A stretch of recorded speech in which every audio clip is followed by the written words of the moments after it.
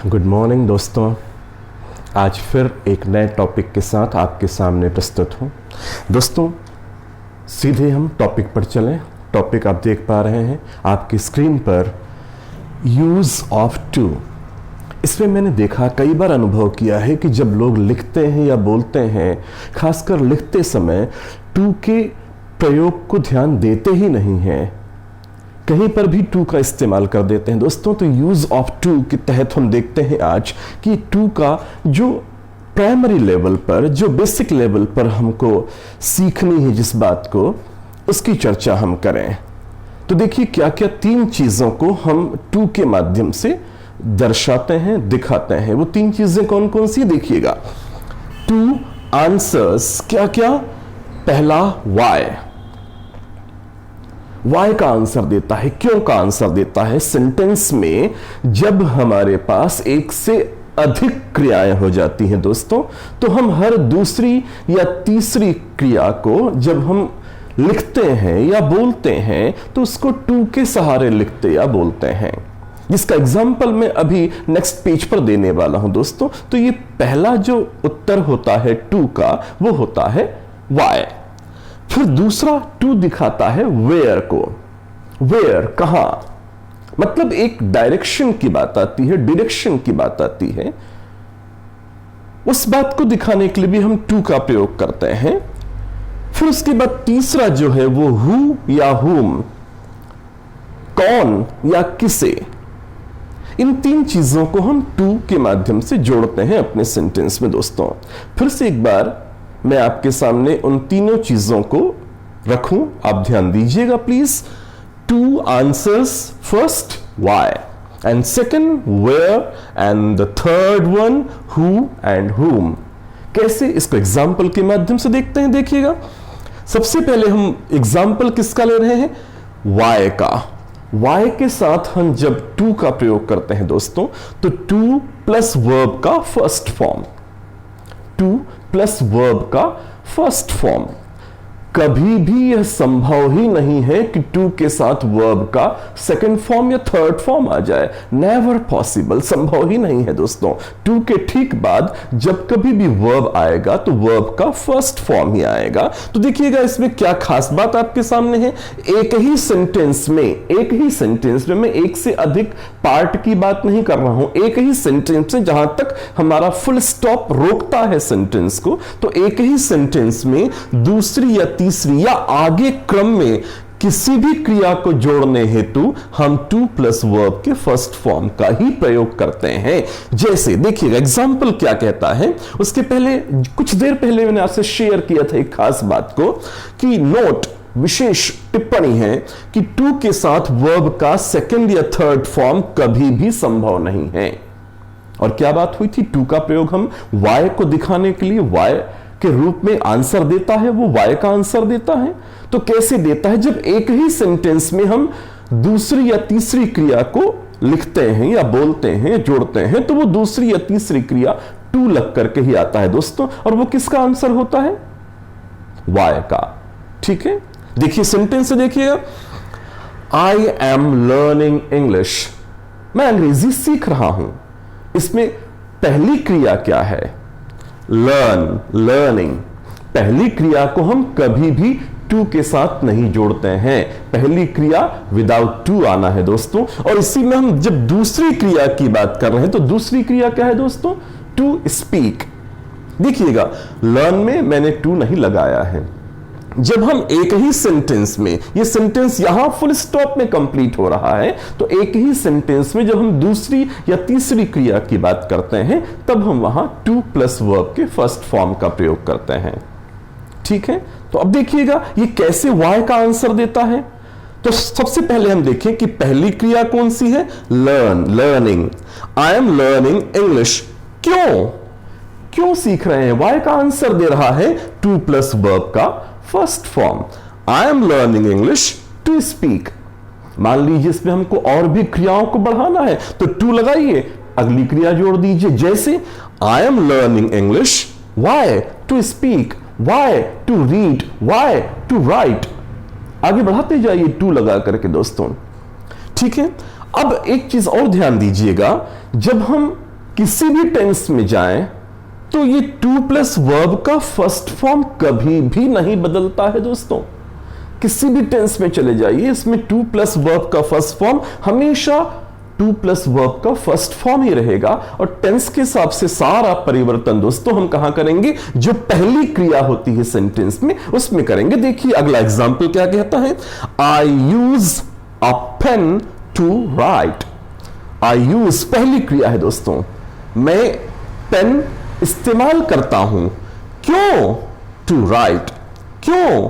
To write. ये क्यों का आंसर देता है टू, और ये दूसरी क्रिया है, एक ही सेंटेंस में जोड़ा कैसे हमने, टू लगा के।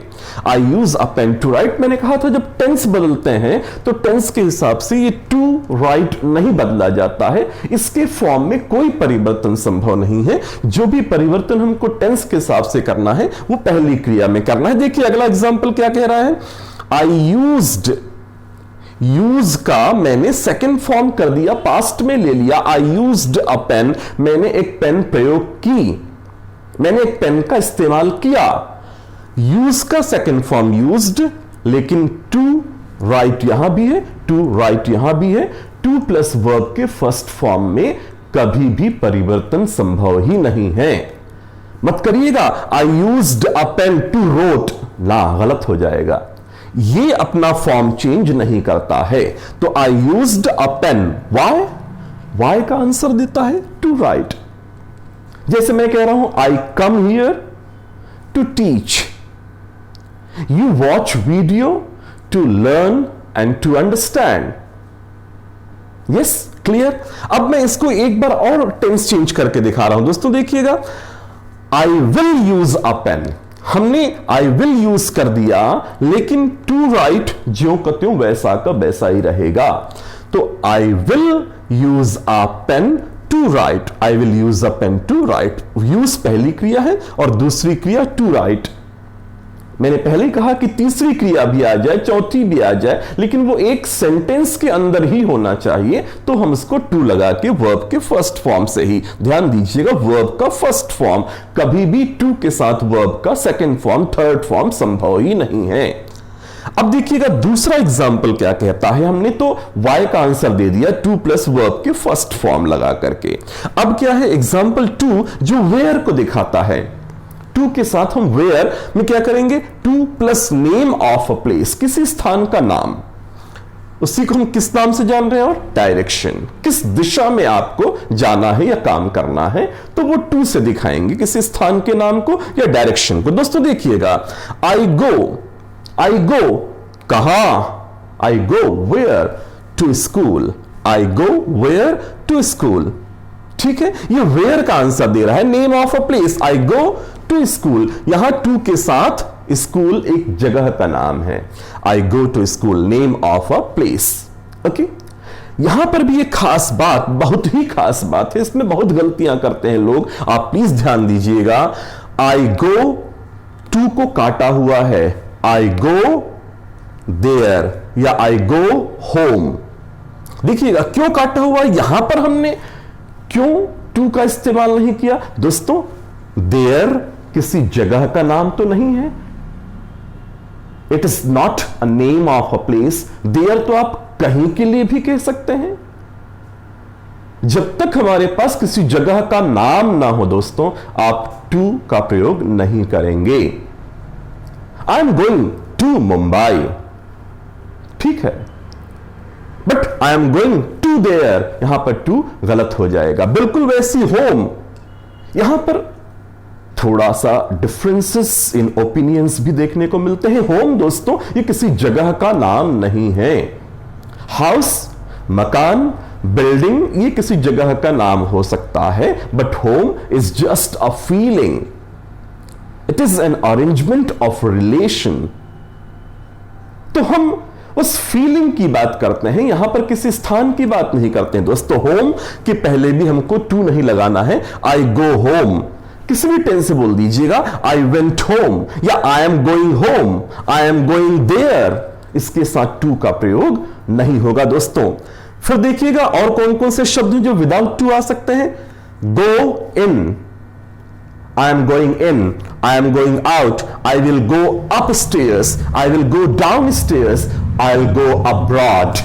इसमें कहीं भी टू का प्रयोग नहीं करना है, क्योंकि इन किसी जगह का नाम नहीं है। कहीं भी आप किसी भी क्षेत्र में आप प्रवेश करते हैं तो इन है, कहीं से भी आप बाहर निकलते हैं तो आउट है। हम उसको पर्टिकुलरली किसी जगह के नाम से नहीं दिखा सकते हैं दोस्तों, तो यहां पर भी हमको टू को अवॉइड करना है। फिर देखिएगा एक तीसरा जो पॉइंट है उसका, वो है हु या हुम। यहां भी हम टू लगा के उसको जोड़ेंगे अगले शब्द को। हु कौन या किसे, to my friend, to mother या फादर, टू प्रिंसिपल और पीएम। अब सेंटेंस से समझ में आ जाएगी बात, आसानी से देखिएगा। I will give a pen to my friend, I will give किसे, हु या हुम, आई विल गिव किसे, टू माई फ्रेंड। मैं एक पेन दूंगा, किसे दूंगा, तो किसे को दिखाने के लिए हमको टू का प्रयोग करना है दोस्तों, टू माई फ्रेंड। फिर अगला एग्जाम्पल देखिएगा, शी वॉज टॉकिंग, वह बात कर रही थी।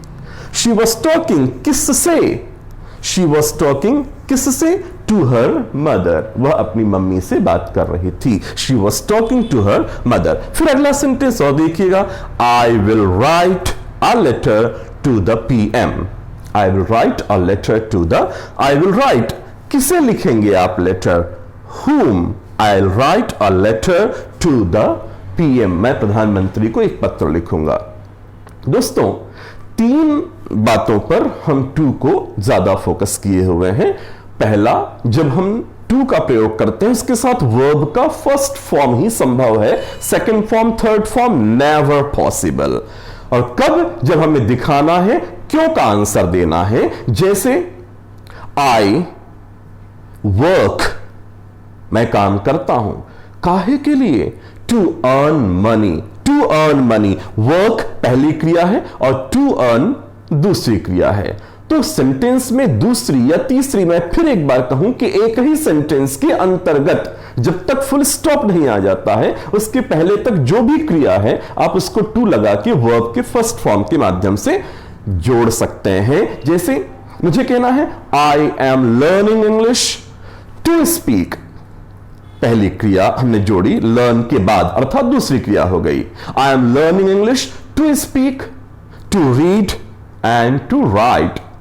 तो ये पहली क्रिया के बाद जो आने वाली तीनों क्रियाओं को मैंने टू लगा के जोड़ दिया दोस्तों, ठीक है। तो आप प्लीज ध्यान दीजिएगा, टू प्लस वर्ब के फर्स्ट फॉर्म में कभी भी टेंस का कोई प्रभाव नहीं पड़ता है, वो अछूता रहता है। जितना भी परिवर्तन हमको टेंस के हिसाब से करना है दोस्तों, वो जो पहली क्रिया आप इस्तेमाल करते हैं, जैसे आई कम हियर टू टीच, मैं यहां आता हूं टू टीच, पढ़ाने के लिए। तो अब मैं कम का केम करूंगा, I came here to teach, मैं यहां आया पढ़ाने के लिए। I will come here to teach, तो तीनों सेंटेंस में मैंने टू टीच का ही प्रयोग किया, इसमें कोई परिवर्तन नहीं हुआ है दोस्तों। तो क्या आज का ये टू का लेसन आपको समझ में आया? एक दो बार वीडियो आपको फिर से देखना होगा। वीडियो बनाने में समय की पाबंदी ज्यादा होती है दोस्तों, तो आप इसको आपके हाथ में है, आप बार बार वीडियो देखिए। और यदि आपको अच्छा लगा दोस्तों तो प्लीज सब्सक्राइब करें और दूसरों को कराएं। और सबसे बड़ी बात कि ज्ञान को सिमटना नहीं चाहिए, इसका जिम्मा आपको मैं दे रहा हूं दोस्तों। आज इतना ही, नमस्कार, जय हिंद।